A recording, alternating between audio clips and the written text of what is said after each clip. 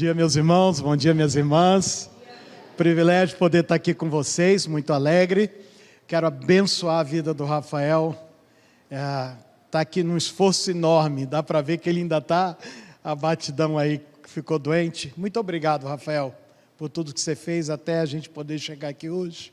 Todo contato, todo trabalho, viu? Que o Senhor traga plena saúde para o teu corpo, meu irmão. Que você esteja plenamente recuperado, muito em breve para você tocar a sua vida. Você é um cara muito especial. Muito obrigado por tudo que você tem feito. Bem, o pastor Guto falou da minha norma, né? Então, todo o Brasil tem a ABNT, né? Associação Brasileira de Normas Técnicas, e eu tenho a Associação Barradas de Normas Técnicas, que é o meu sobrenome. Então, eu vou pedir a minha ABNT para ficar de pé aqui.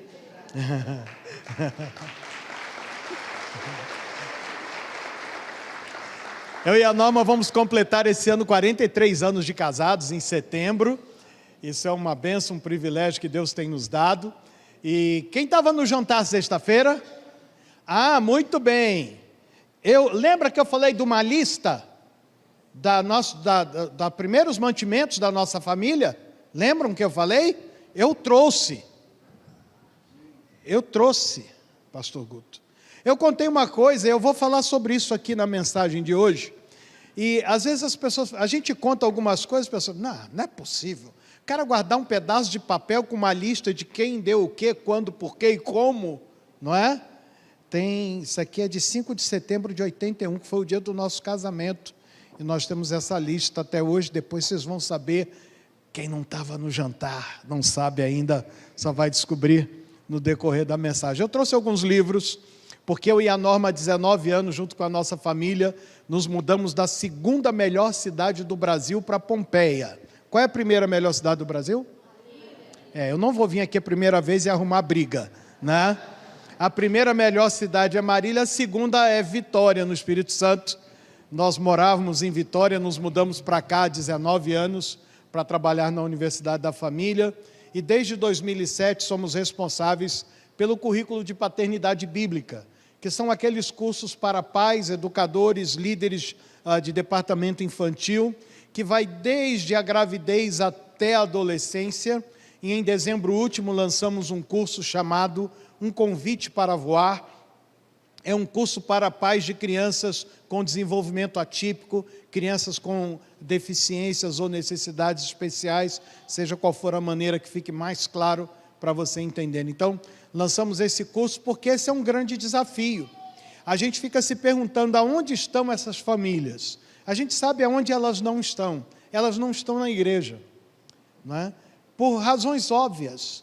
Nós não estamos preparados como comunidade para acolher essas famílias no nosso ambiente. A gente precisa se preparar, a gente precisa conhecer o que a Bíblia diz a respeito, para podermos também ajudar essas famílias a entender que Deus tem um propósito para a família deles também. Então, lançamos esse material ano passado, escrito por uma irmã chamada Beverly Linder. Ela é uma mãe de 3 filhos, 2 nasceram com deficiência. Esses 2 vieram a falecer, a menina com 3 anos, o menino com pouco mais de 20 anos, e Deus fez uma obra maravilhosa na vida dela, da família dela, mesmo com todas as lutas que ela e o seu esposo passaram. Esse ano a gente teve o privilégio de conhecê-los numa chamada telefônica. A gente esteve na cidade deles, em Denver, nos Estados Unidos, mas por causa de neve, a gente não conseguiu ir ao encontro deles, nem eles descerem a montanha para nos encontrar, e tivemos um contato rápido via uma chamada de vídeo.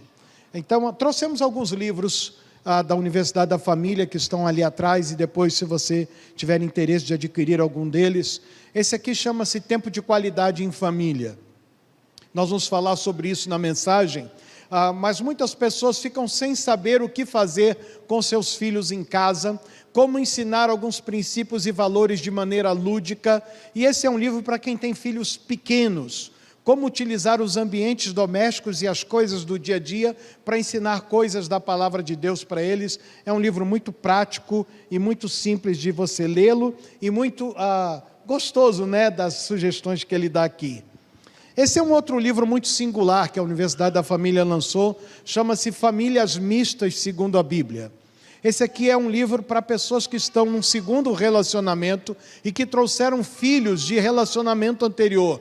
Aquela coisa que a gente comumente diz, os meus, os seus e os nossos, não é? Então aqui é um livro para ajudar essas famílias, como você pega pessoas que vieram de experiências anteriores, coloca tudo dentro de um liquidificador, que é isso que é a família mista em inglês, chama-se blended family, né? Coloca tudo dentro de um liquidificador e transforma isso numa relação homogênea. Então é disso que trata esse livro. E o último, o dom de ser avós. Aqui tem uma coisa, pastor Guto, muito especial. Porque costuma-se dizer que na casa do vovô e da vovó, não pode, né? Existe uma pessoa a quem, se você conversar com ela e pedir a ela e suplicar, ela tem todos os poderes para atender todas as suas necessidades. Qual é o nome dessa pessoa? É vó, não é nem Deus, você está vendo? Então, se essa pessoa tem tanto poder, ela tem que ser os maiores auxiliares do pai e da mãe. E aqui todo filho algum dia já pensou, quando eu era pequeno, você não me tratava desse jeito comigo, a coisa... Quantos se identificaram com essa fala? O meu sogro, gente, o pai da Norma, era pedreiro, teve 5 filhas. Ele nem encostava nas filhas.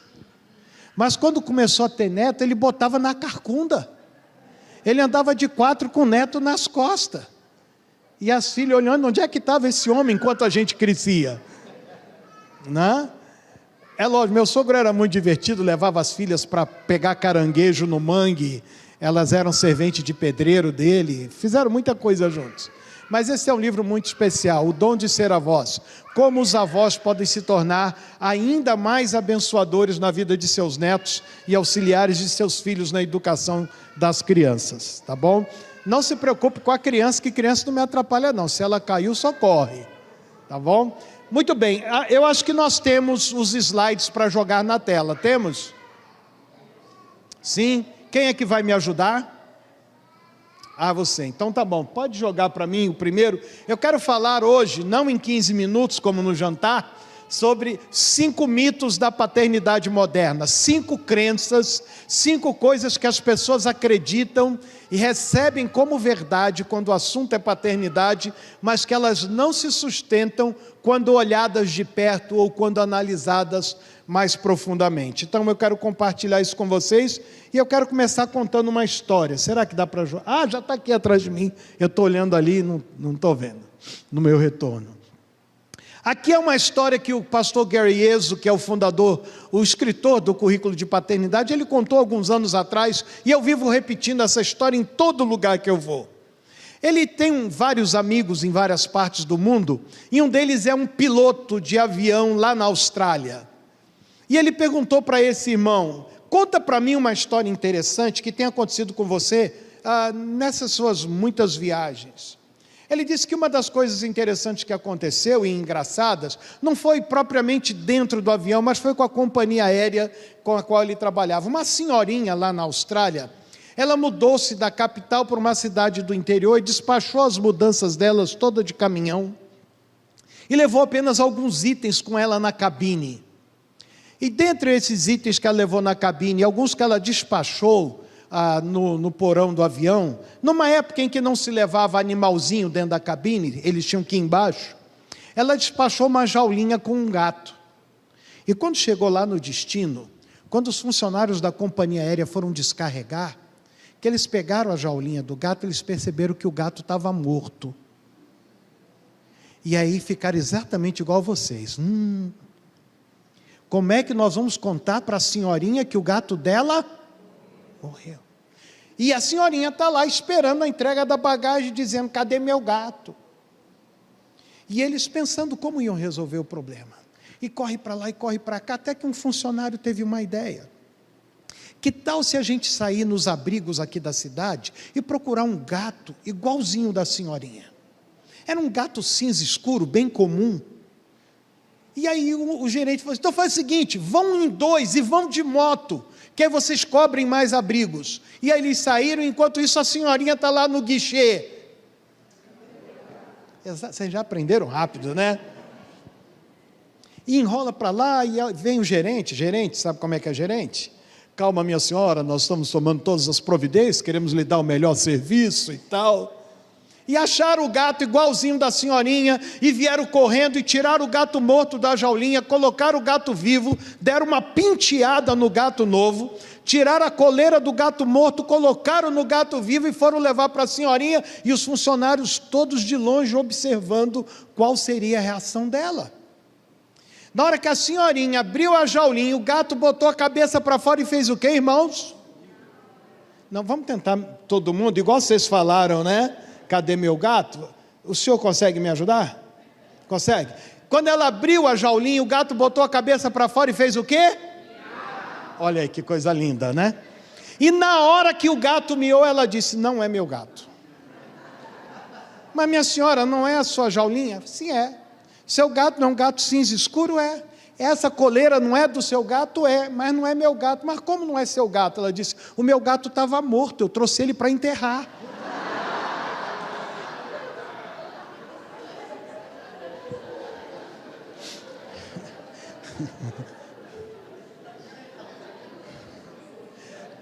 Pastor, irmãos,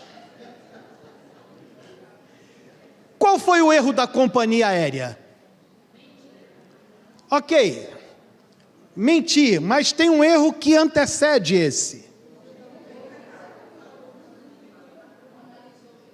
Exatamente, partir do pressuposto de que se o gato estava morto, a culpa era deles. Pensa comigo o que está acontecendo hoje na sociedade. A gente olha para as escolas e a gente diz assim, o ensino está uma porcaria. Não se faz mais professor? Tem que mudar as escolas. Aí a gente quer mudar a escola, quer mudar o professor, quer mudar o sistema de ensino, a gente põe a culpa nas faculdades, aí a gente na igreja traz as crianças, quer fazer de tudo, mas o gato vem morto de onde? Nós estamos tentando consertar o problema, aonde o problema não surgiu. Nós estamos partindo do pressuposto que se a gente olha para a escola e tem tanto problema na escola, o problema é a escola, mas o gato vem morto de onde? Vocês sabem o que é uma escola?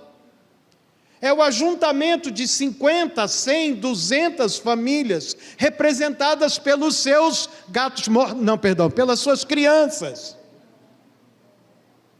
Os problemas das famílias estão concentrados na escola. Os problemas das famílias da igreja se manifestam agora mesmo lá embaixo. Na falta de atenção, na falta de disciplina, na falta de domínio próprio, na dificuldade de obedecer pela primeira vez. Faz sentido o que eu estou falando, gente? De onde o gato vem morto? Onde é que a gente resolve os problemas? Em casa. O erro da companhia aérea foi partir do pressuposto de que se o gato foi encontrado morto com eles, o problema era deles, mas não era. Então vamos começar pelo mito número 1. O primeiro mito número 1 que as pessoas acreditam, repetem e assimilam como verdade na educação de filhos e que não resiste a uma observação mais rigorosa é a seguinte declaração que muitos pais fazem: eu não tenho muito tempo para dedicar aos meus filhos. A Norma sempre fala o seguinte, tem uma coisa que as pessoas repetem com tanta naturalidade e com orgulho, não, está uma correria, vida, está uma correria.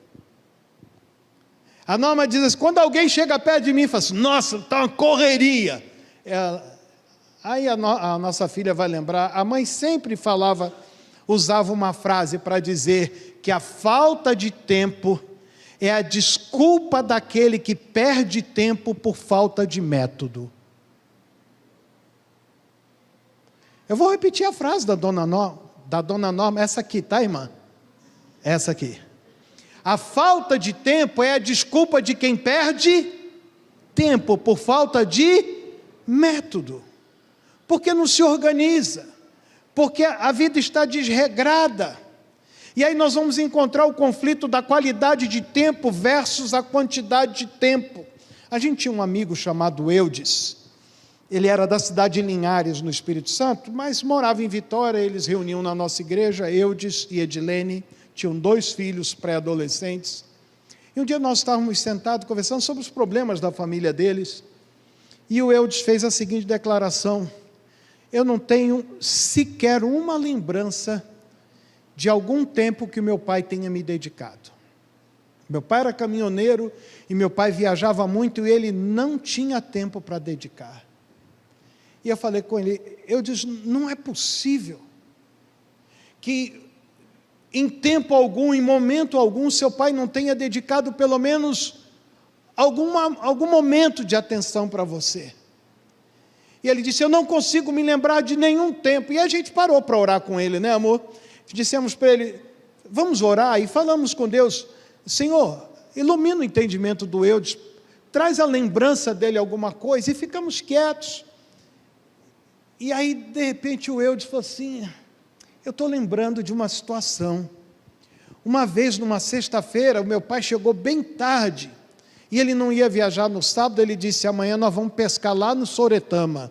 Soretama é um lago que tem lá em Linhares. Ele disse que mal dormiu aquela noite, e no dia seguinte ele foi pescar com o pai dele. Ele falou assim, mas foi tão rápido. Mas olha, talvez aquela tenha sido a melhor experiência minha com meu pai a vida inteira. Prioridades vão determinar o que é que tem valor na nossa vida. Quando eu mudei para Pompeia, o pessoal estranhou muito, porque eu sentava com o seu Jorge Nishimura, com os outros colegas, para fazer a nossa agenda de trabalho, de viagens, de eventos, e ele chegava, vamos fazer isso dia tal. Eu falei assim, esse dia eu não posso. Por quê? Porque é feriado. Feriado? Como assim? Isso é feriado.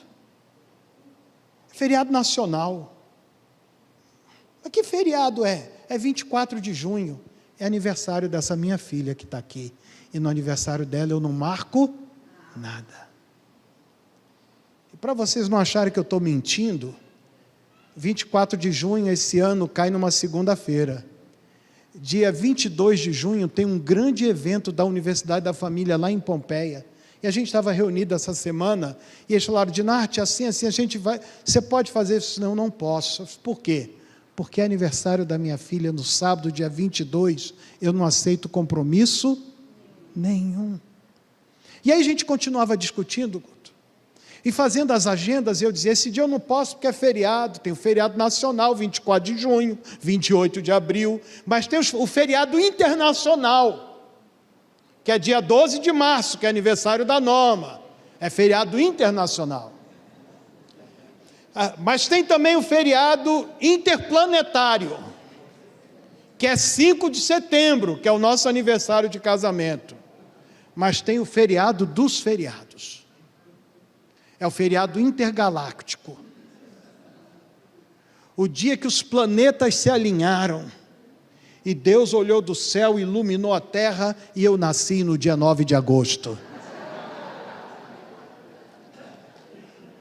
Deixe-me dizer para o meu irmão, para a minha irmã, é você quem vai dizer aquilo que é prioridade para você e ao que você vai dedicar o seu tempo.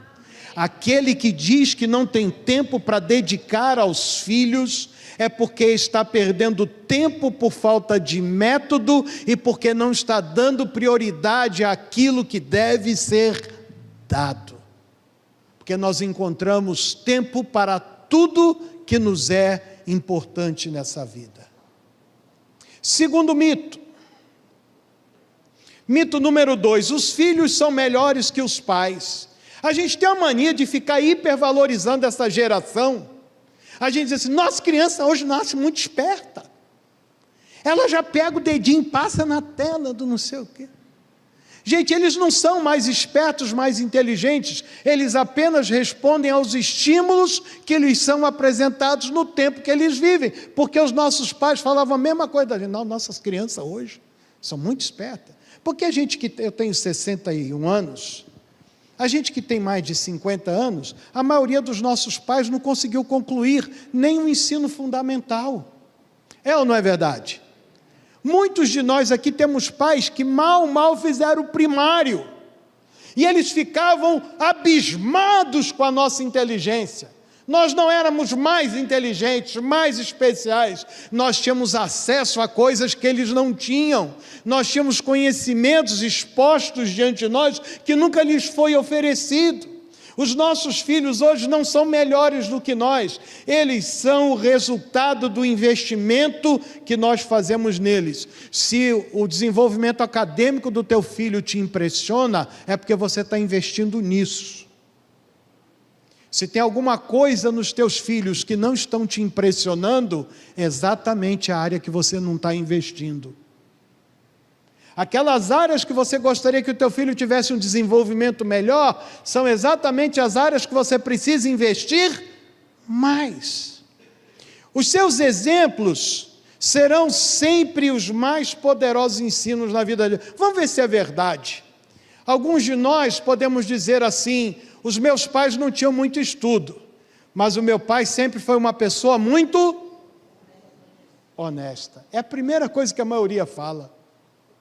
O que mais? O meu pai sempre foi uma pessoa muito trabalhador, muito sábio. A gente não tinha muita coisa, e o meu pai dizia: pobre pode não ter muita coisa, mas tem que dar valor ao seu nome. Não é assim? É o nome. E o nome tem que estar limpo. Então, vamos ver se é verdade isso que eu estou falando. Vocês conhecem essas logomarcas aqui? Conhecem? O que faltou para essa gente? Competência ou virtude? Os executivos dessas empresas estudaram nas melhores universidades, fizeram os melhores MBAs, os melhores doutorados, as melhores pós-graduações, os melhores pós-docs, fizeram cursos nas mais renomadas instituições, mas eles caíram no quê? Na falta de preparo ou na falta de virtude? E virtude se cultiva na universidade? Aonde? Em casa. O gato vem morto? Os nossos filhos só serão melhores na medida daquilo que nós investirmos neles. Aquilo que você quer que o seu filho seja, é exatamente aquilo que você deve investir nele.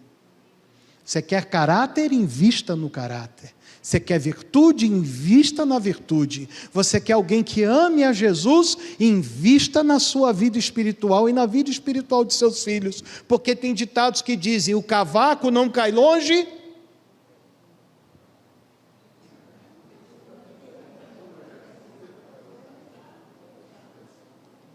Eu achei que eu estava em Minas Gerais, eu estou no interior de São Paulo.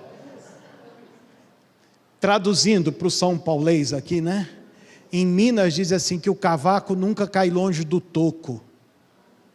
O cavaco é quando você está cortando a madeira, que caem aqueles pedacinhos da madeira, ele nunca vai para longe, ele cai sempre perto. É uma maneira do mineiro, eu sou casado com mineira, é uma maneira do mineiro dizer que o exemplo vem de casa.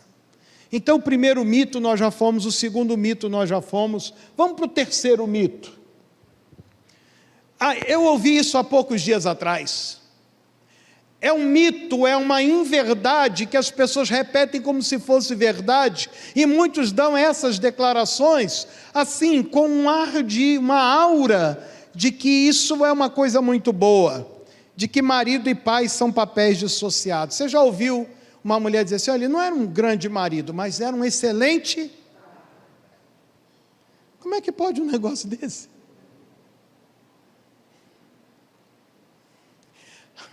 Eu não consigo fazer essa dicotomia, porque eu não consigo me dividir em duas pessoas, porque um papel decorre do outro. O papel de pai decorre da função de marido. E assim sendo, o que eu de melhor posso fazer pelos meus filhos é amar a mãe deles, é uma frase do Gueriezo lá no Educação de Filhos à Maneira de Deus. Nessas nossas andanças pastorais eu vi algumas coisas. Um casal lá de Vila Velha, no Espírito Santo, fez o curso Casados para Sempre conosco. E aí, num dos eventos do Casados para Sempre, eles compraram uma camisetinha para o filho deles. Meus pais são casados para sempre. E o menino vestia aquilo com... Ele botava aquilo era melhor do que a roupa do Capitão América para ele, né? Meus pais são casados para sempre. Um dia, pastor, sabe aqueles dias? Casal, sabe?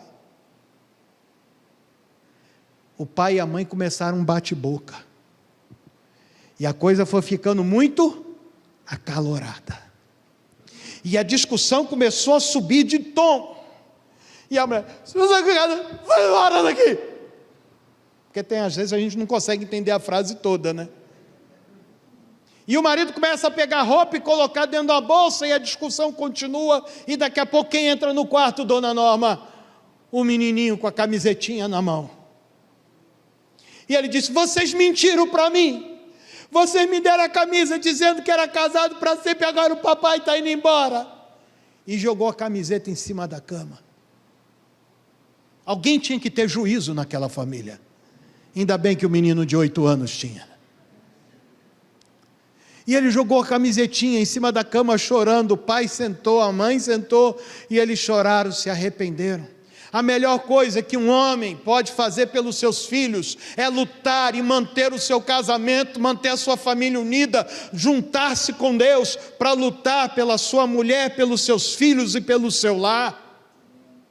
Porque a maior influência que eu vou ter sobre as minhas filhas não virá do meu papel de pai, mas do meu papel de marido. Ainda bem que a minha filha está aqui, ela é a culpada de algumas das frases que eu vou falar. Você e mamãe, parece que vocês combinam tudo. Estou mentindo, Damares? Ela vinha e falava com a mãe dava uma negativa, ela falou assim, deixa eu ir lá. Ver se eu arrumo alguma coisa com o pai. E aí ela vinha, eu dizia, o que é que a sua mãe falou? Droga. Não funcionava, não colava. Quantas vezes... Hoje tem até uma expressãozinha legal, né? O tal do Vale Night, né? Quantas vezes a gente saía e tinha que deixar filho, e a gente saía, sabe de uma coisa? Eu descobri, tem até uma música que a gente não canta ela na igreja, viu, irmã? Mas uma música que diz assim, eu quero ver o que você faz ao sentir que sem você eu passo bem demais. A gente tem medo de deixar os filhos, como é que os filhos vão ficar? Aí a gente sai e fica com o coração apertado, sobretudo as mães, e ligam, como é que eles estão? Estão nem sentindo sua falta. Estão brincando aqui, nem lembra. A gente estava outro dia desse num lugar que os pais tiveram que sair para um retiro de casais, foi agora, poucas semanas atrás, e aí o irmão falou comigo que ele ligou para casa, para saber como é que estava o filho dele que estava na casa de outra pessoa. Oi filho, está tudo bem? Está tudo bem, pai. Pai, eu posso dormir aqui esses dias, mas... O pai estava doido para o filho dizer que estava morrendo de saudade. Deixe-me dizer, você não é tão importante assim. Agora a coisa mais importante é o seu casamento. Invista no seu casamento como o maior investimento na vida dos seus filhos. Porque só quem tem pais e mães separados é que sabe quanto marca a alma e o coração de um filho quando o casamento dos seus pais termina. Já ouviu falar de criança que visita o quarto do pai e da mãe à noite? Você está lá, daqui a pouco, aquela mãozinha, que foi?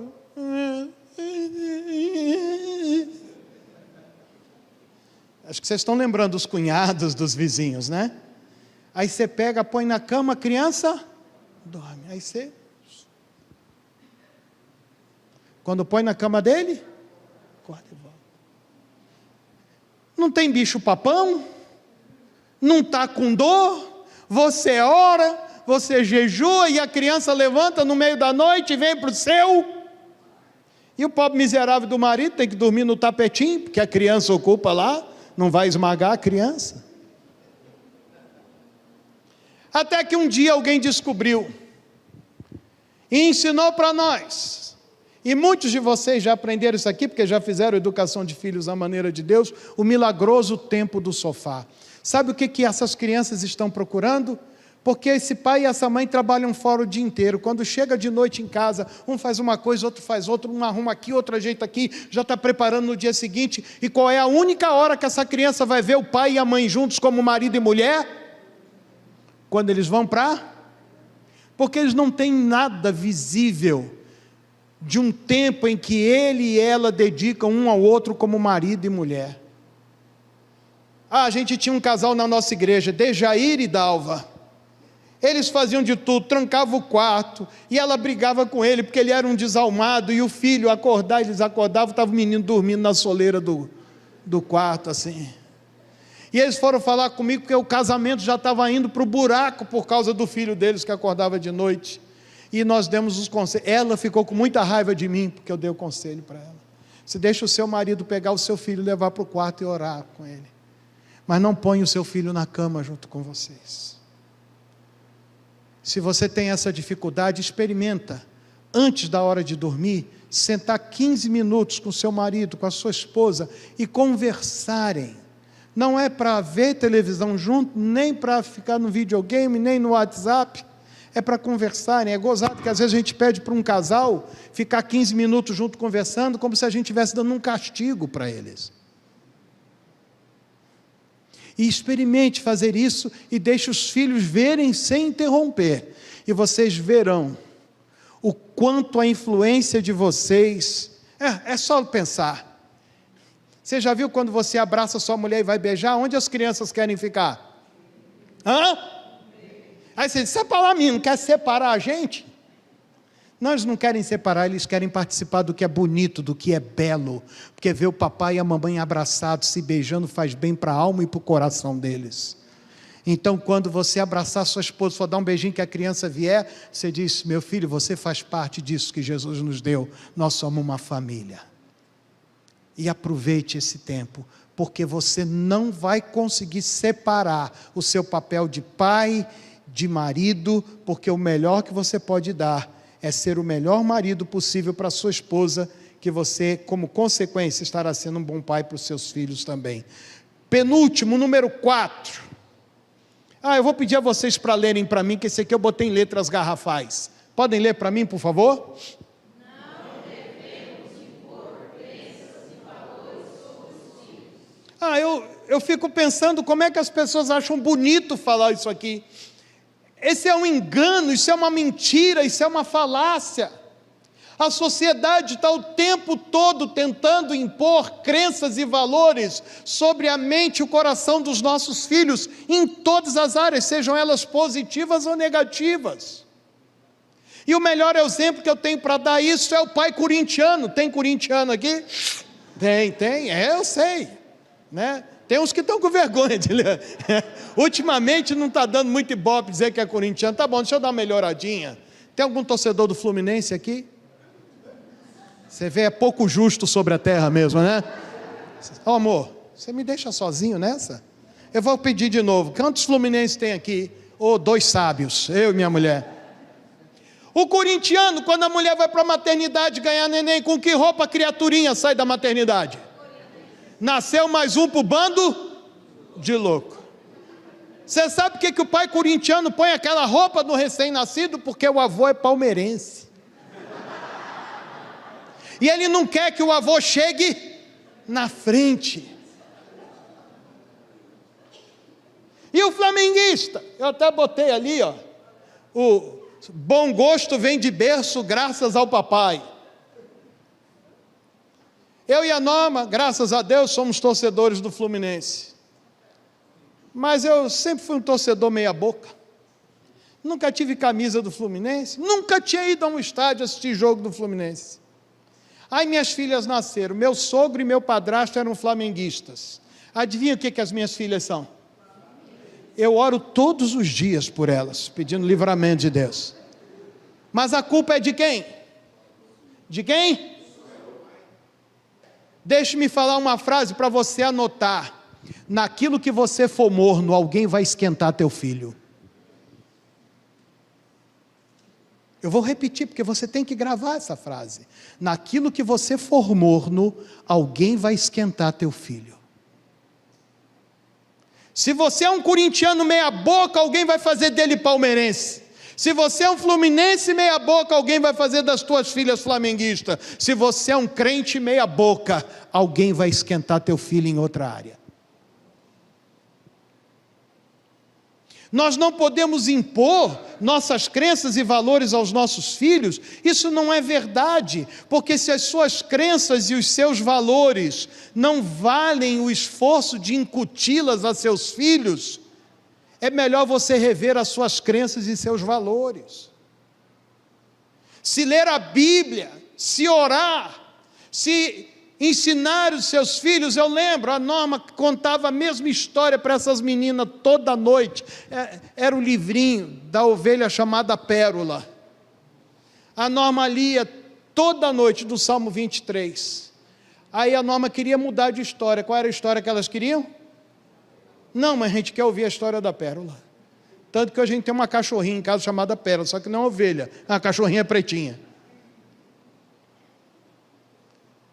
Aquilo que você investir no teu filho, aquilo que você incutir no teu filho, são essas coisas que ficarão gravadas no coração deles, porque se é verdade o que a Bíblia diz, ensina a criança no caminho em que deve andar, e mesmo quando ela crescer, ela não vai deixar de ser flamenguista, ou corintiano, ou de amar a Jesus, seja lá o que você tenha gasto tempo para ensinar teu filho, seja lá o que você tenha gasto tempo. Na verdade, todos os filhos estão esperando que a gente compartilhe com eles o que é importante. Eu sempre uso essa ilustração, esse é um pedido do Rafael. Pode trocar, por favor. Estão vendo o que está na tela? Hã? Uma pergunta, quem gosta de churros? Eu acho que quem gosta mais é aquela irmã de rosa, porque ela quase pulou da cadeira. Foi ligeira. Você gosta de churros de verdade? Quem sabe fazer churros aqui? Sabe assim, né? O braço foi pela metade. De que é feito churros? Não, tem que falar alto, irmão. Senão... Farinha de quê? Farinha de mandioca? Farinha de trigo? Água? Parou por aí, né? Não, o seu braço denunciou que você...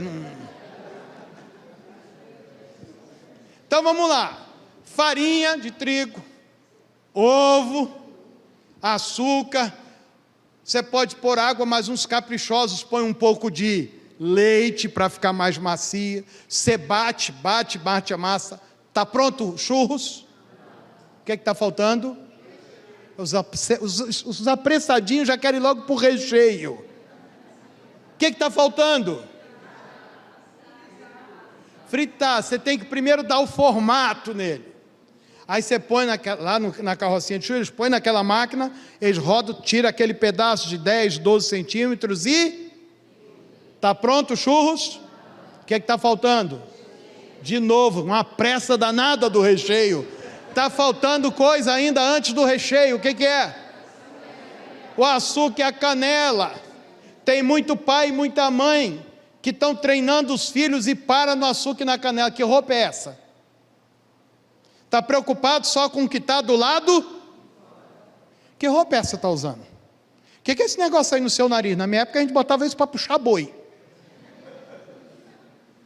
Que música é essa que você está ouvindo? Que amigo é esse? Você está saindo para onde? Que roupa rasgada é essa? A gente está preocupado com açúcar e com a canela. Mas o que está faltando, gente? Todo mundo comigo na carrocinha dos churros, a irmã já está lá salivando. Você chega, pede os churros, o camarada pega os churros fritos, passa na canela e no açúcar e põe naquela maquininha de rechear. Que nome tem aquela maquininha de rechear, vocês sabem? Aquilo chama pai e mãe. Porque aquela maquininha está baseada em Deuteronômio, capítulo 6. As palavras que hoje te ordeno estarão no teu, e você vai rechear teus filhos. Vocês entendem o que está acontecendo? Se você não rechear teu filho, alguém vai rechear. E aí quando ele coloca os churros naquele canudinho, a irmã, por gentileza, qual é a palavra que você fala? Não, depois de escolher. Ela já está ficando vermelhinha, já está com vergonha. O marido dela já está até olhando para o lado, ela me mata de vergonha. Mas o que você fala na hora que ele começa a rechear? Hã? Capricha no quê? Na farinha de trigo? No óleo da fritura? Na canela e no açúcar? É no recheio. Em que o pai e a mãe têm que caprichar nos filhos? É no que você põe dentro dos teus filhos que você tem que gastar tempo. É naquilo que você vai incutir. Agora deixe-me voltar para Deuteronômio. Você só vai conseguir rechear os teus filhos com aquilo que tiver no teu, porque Deuteronômio é um livro escrito para pais, repetição da lei. As palavras que hoje te ordeno estarão no teu, e tu as inculcarás, transmitirás, transferirás, você vai rechear os teus filhos com ela. Faz sentido o que eu estou falando, meus irmãos? Essa é a tarefa principal dos pais. Eu estava em Curitiba, na terceira igreja do Evangelho Quadrangular, e quando eu cheguei para pregar essa mensagem, Guto, tinha um cara vendendo churros na porta da igreja.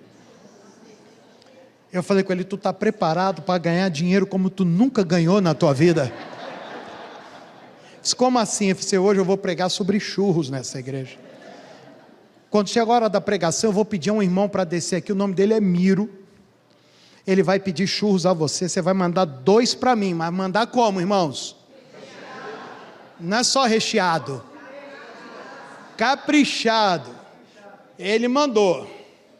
E aí quando chegou nessa hora, gente, tinha uma caixinha aqui embaixo do púlpito. Quando eu mostrei essa imagem, eu abri a caixinha e peguei um churros e... A igreja, Tinha uma irmã grávida sentada ali assim, pastor, não se faz isso com grávida. Eu tive que dar um pedaço para ela. Aí o maestro da orquestra estava sentado aqui, eu falei, seu irmão quer? Eu disse, quero. Ele veio e pegou da minha mão e levou embora. Eu disse, não, calma, é só um pedacinho. Irmão, quando terminou o culto, que a gente chegou lá fora, amor, tinha uma fila, né? Na carrocinha de churro, o cara se deu bem. É que eu não sabia, senão eu tinha chamado alguém para cá hoje, né? Ou então vou abrir uma empresa de churros. Mito número 5, para a gente terminar, irmãos. Eu me esforço para dar o melhor para os meus filhos. Eu não posso dizer que as pessoas estão mentindo, ou não é verdade isso. Mas o engano deste mito é que os filhos querem mais de nós do que qualquer coisa que a gente possa dar para eles. Eles querem mais do nosso contato, tempo, e quem já leu as 5 linguagens do amor entende do que eu estou falando, do que qualquer presente que você possa dar para ele, porque ser um bom pai requer muito menos do que a gente pode imaginar. É muito mais barato do que a gente pode orçar, porque as melhores lembranças são sempre as mais simples e as mais significativas. Eu trouxe uma foto aqui para mostrar para vocês, não vai ficar muito clara aqui, mas me permitam me deslocar aqui, por gentileza. Essa é uma foto que para mim é muito significativa. Obrigado por apagar. Aqui é o seguinte, aqui é a minha mãe, Dona Alci, faleceu em 2004, baixinha desse tamanho, de colatina, brava pra caramba, pastor, pensa na mulher brava, brigona, minha mãe, brava. Aqui é a minha avó, uma das mulheres mais bonitas que eu já conheci na minha vida. Minha avó era linda, uma pele de pêssego, um olho verde, um cabelo lindo, umas mãos maravilhosas. Minha avó era linda.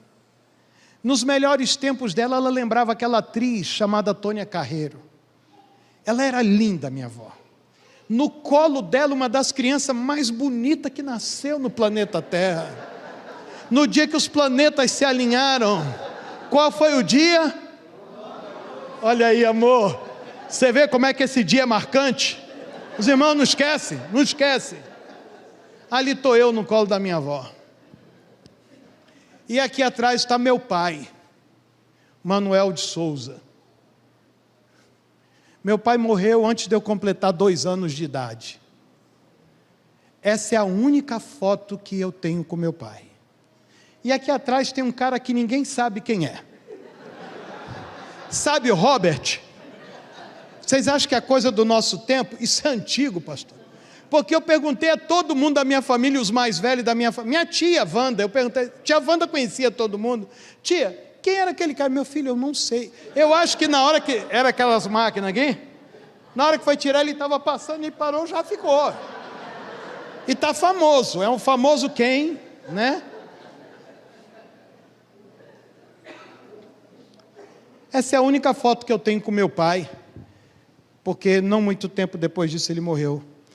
Pouco depois dessa época eu contraí poliomielite, paralisia infantil. E quando eu fui realmente diagnosticado, aqui em São Paulo, no Hospital das Clínicas, tinham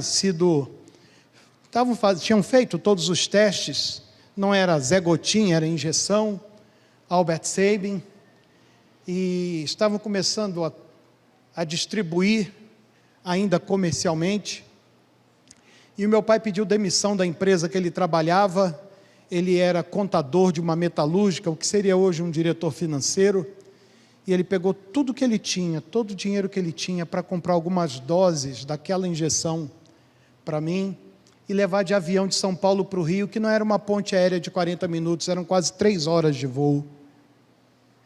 E eu tomei todas aquelas injeções, e aquelas injeções salvaram a minha vida. Eu tenho uma pequena sequela de pólio, mas o meu pai não viveu para ver o filho dele sobreviver incólume a paralisia infantil. Em 2004, no ano que a minha mãe morreu, nas minhas férias de 2004, janeiro, eu estava almoçando na casa da minha mãe, e eu falei assim, mãe, tem uma coisa que me irrita quando eu vou comer num lugar, é aqueles garfinhos, que você põe 6 grãos de arroz, cai 3 para um lado, 2 para o outro, fica 1 grão de arroz. Alguém mais se irrita com isso? Eu gosto daqueles garfos que você chama e vem. Chama e vem. E minha mãe tinha esses garfos largos, antigos, pesados. E eu falei com ela, mãe, a senhora tem esses garfos há um tempão. Ela falou assim, para falar a verdade, eu só tenho 7 garfos desses, eu não tenho mais nenhuma peça desse faqueiro, ainda foi o seu pai que comprou. Eu estou até pensando em jogar fora e comprar uns novos. Eu falei assim, não mãe, pelo amor de Deus, dá para mim. Hoje, se você chegar na minha casa, eu tenho uma cristaleira onde a gente guarda alguns itens que contam a nossa história de família. E lá estão esses 7 garfos, eu trouxe um deles aqui hoje para mostrar a vocês. É a única coisa que eu tenho material do meu pai. A única coisa. Eu não tenho mais nada que o meu pai tenha deixado para mim fisicamente, mas esse garfo aqui me conta uma história, que o meu pai abriu mão de tudo que ele tinha, para salvar a vida do filho dele. Eu não tenho dúvida nenhuma, embora não o tenha conhecido, de que o meu pai me amou ao extremo, ao ponto de renunciar ao seu trabalho, pedir demissão, pegar todo o seu dinheiro, comprar aquelas injeções, pagar o transporte de avião, para que o filho dele fosse salvo, e ele nem viveu para ver isso. Então, quando eu olho para esses garfos, eles contam uma história para mim. Quando as pessoas vão lá em casa, eu conto para elas a história de um pai que eu não conheci, mas que me amou. É muito mais fácil do que você imagina deixar uma marca no coração dos teus filhos, que vai ficar para o resto da vida, e que eles jamais vão se esquecer do quanto você os amava. Em Juízes capítulo 2, versos 7 a 16, conta a história de pais que falharam com seus filhos.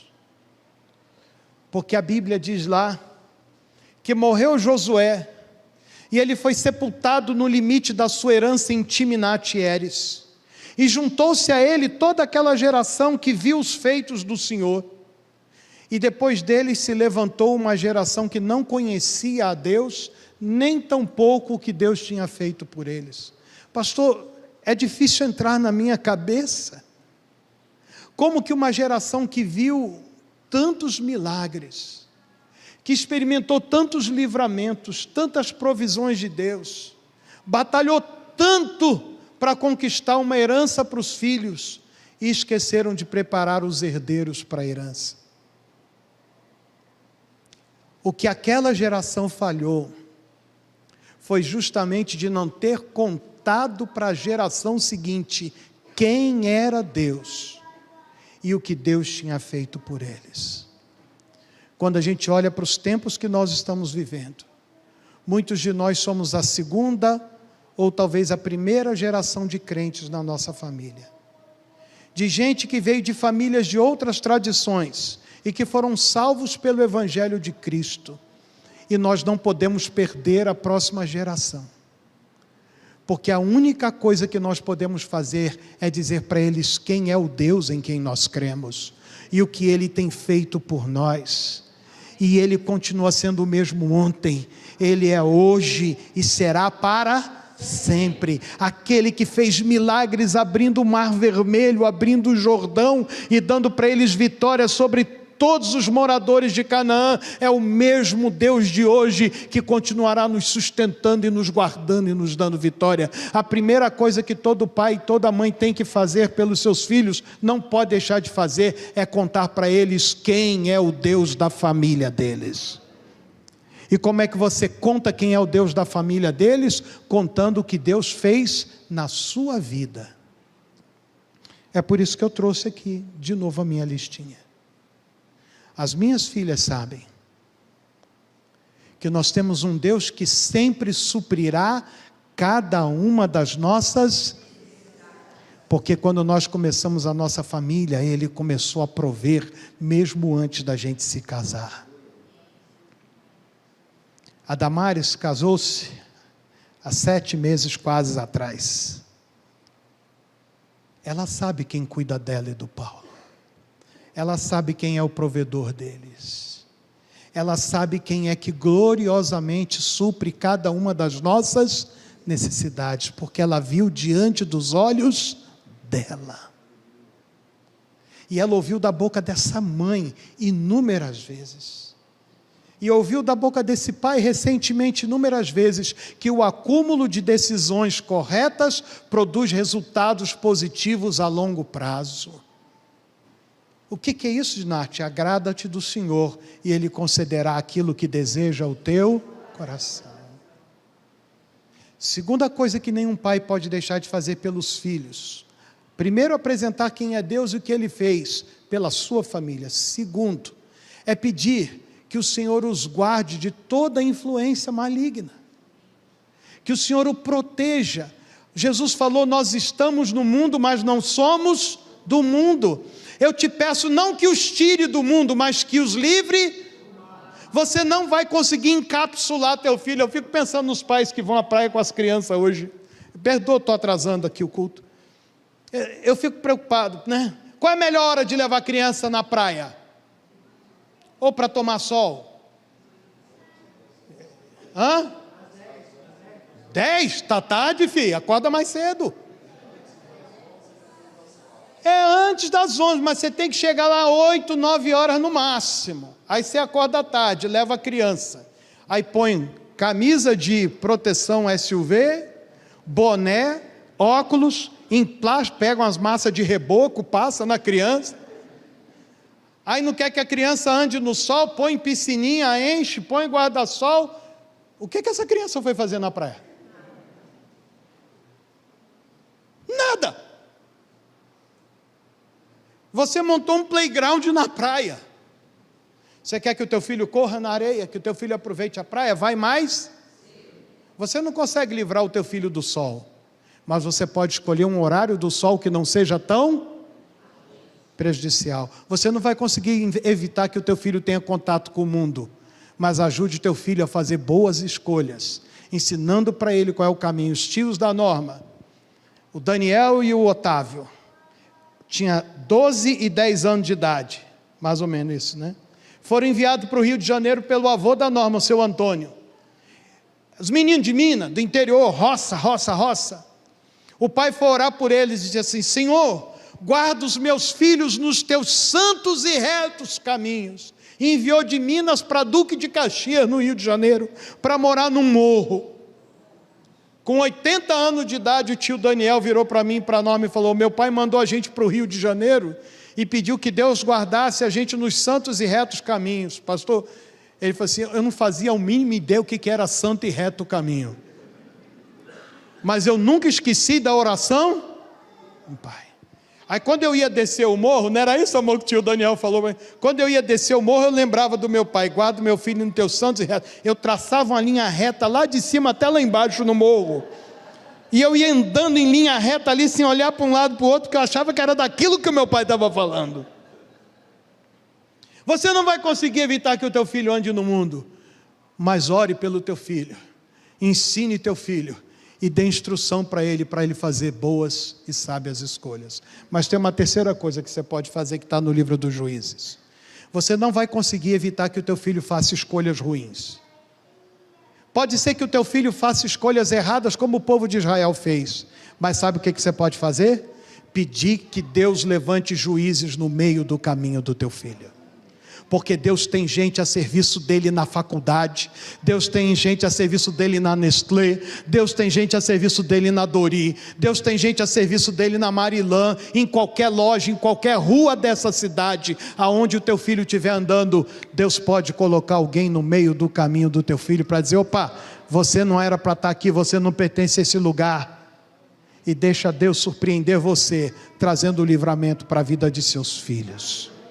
Eu queria ficar mais tempo, mas eu acho que está bem claro tudo que a gente falou aqui. Vamos ficar de pé e vamos orar em nome de Jesus. Sabe de uma coisa? Todas as vezes que eu falo essa palavra, eu só fico pensando que há tantos pais e tantas mães sofrendo por causa de filhos que eles criaram nos caminhos de Deus e que hoje eles não querem relacionamento com Deus. Sabe o que nós podemos fazer aqui hoje? A terceira coisa: orar para que Deus levante juízes lá onde estão os teus filhos, para que Deus fale com eles lá onde eles estão. Se você tem um filho, uma filha, um neto, uma neta desanimado na fé, levante o seu braço onde você está e nós vamos orar por você. Se você está do lado de alguém que está com o seu braço levantado, empreste o seu braço para essa pessoa agora e diga: vamos orar junto com você. Vamos orar junto com você. Você, pai e mãe, guarde essa palavra no coração. Pai, eu quero em nome de Jesus abençoar estes irmãos e irmãs que junto comigo levantam as suas mãos clamando por uma intervenção do Senhor na casa deles, na vida dos filhos deles. Visita, faz milagre, traz livramento. Tu és Deus que tem gente a teu serviço, e quando não encontra pessoas, tu manda anjos, e quando não encontra nenhuma brecha para falar, o Senhor cria as circunstâncias para mover o coração, como aconteceu com Saulo lá no caminho de Damasco. Mas o que eu te peço, intervém na vida desses filhos, fala no coração, usa pessoas, envia teus anjos, cria circunstâncias que vão trazê-los à consciência, como filho pródigo, de onde eles estão. Senhor, em nome de Jesus, eu peço que as nossas descendências, que as nossas gerações não repliquem o livro dos Juízes, mas que a nossa família, a nossa descendência seja conhecida como aquela que teme ao Senhor, que anda nos seus caminhos e faz aquilo que te agrada. Pai amado, tira-nos e livra-nos dos enganos, dos mitos, das mentiras deste século presente, e ensina-nos, Senhor, a treinar os nossos filhos, a nossa descendência, a amar o Senhor de todo o coração. E muda, Senhor, qualquer recheio amargo que está no nosso coração. Tira as amarguras, tira as dores, as tristezas, e enche o nosso coração com recheio de doce de leite. Enche o nosso coração com aquele chocolate, com aquela palavra doce, abençoadora, aquele favo de mel, palavras que vão transmitir graça aos nossos ouvintes, sobretudo aos nossos filhos, porque a tua palavra diz: não haja em vós nenhuma raiz de amargura que brotando vos perturbe e assim contamine a muitos. Que nenhum pai e nenhuma mãe contamine seus filhos com a raiz de amargura. Mas abençoa, Pai, o teu povo e as famílias dessa igreja, em nome de Jesus, amém. Tomem assento, muito obrigado. Obrigado, pastor Guto. Logo mais estaremos juntos aqui, se Deus permitir. Irmãos, pode ficar em pé, vamos ficar em pé, nós estamos terminando, perdoe.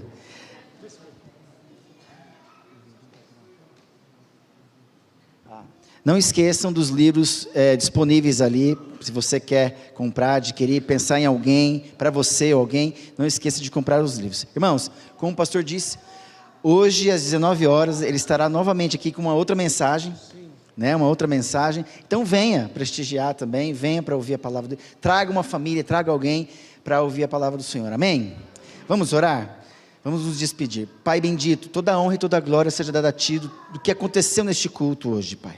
Nós devolvemos para Ti tudo o que aconteceu. Sendo assim, Deus, nos leva em paz agora para as nossas casas. Cubra as nossas vidas com Teu sangue. Dê ordem aos Teus anjos a nosso respeito. Sim, Pai. E revista, Pai, sim, reveste, na verdade, essa igreja com a armadura do Senhor. O capacete da salvação, a couraça da justiça, o cinturão da verdade, calçando os pés com a preparação do evangelho da paz, o escudo da fé com o qual eles podem apagar todos os dardos inflamados do maligno, e a espada do Espírito, que é a palavra de Deus, com toda oração e súplica por todos os santos. Povo de Deus, receber a bênção do Senhor, que o Senhor vos abençoe e vos guarde, que o Senhor faça resplandecer o seu rosto sobre vós e tenha misericórdia de vós, que o Senhor sobre vós levante o seu rosto e vos dê a paz, e que a graça do nosso Senhor e Salvador Jesus Cristo, a comunhão do Espírito, o amor de Deus e Pai esteja com você hoje, até a volta do nosso Senhor e Salvador Jesus Cristo. Amém e amém. Deus abençoe, dê um abraço no seu irmão, em nome de Jesus.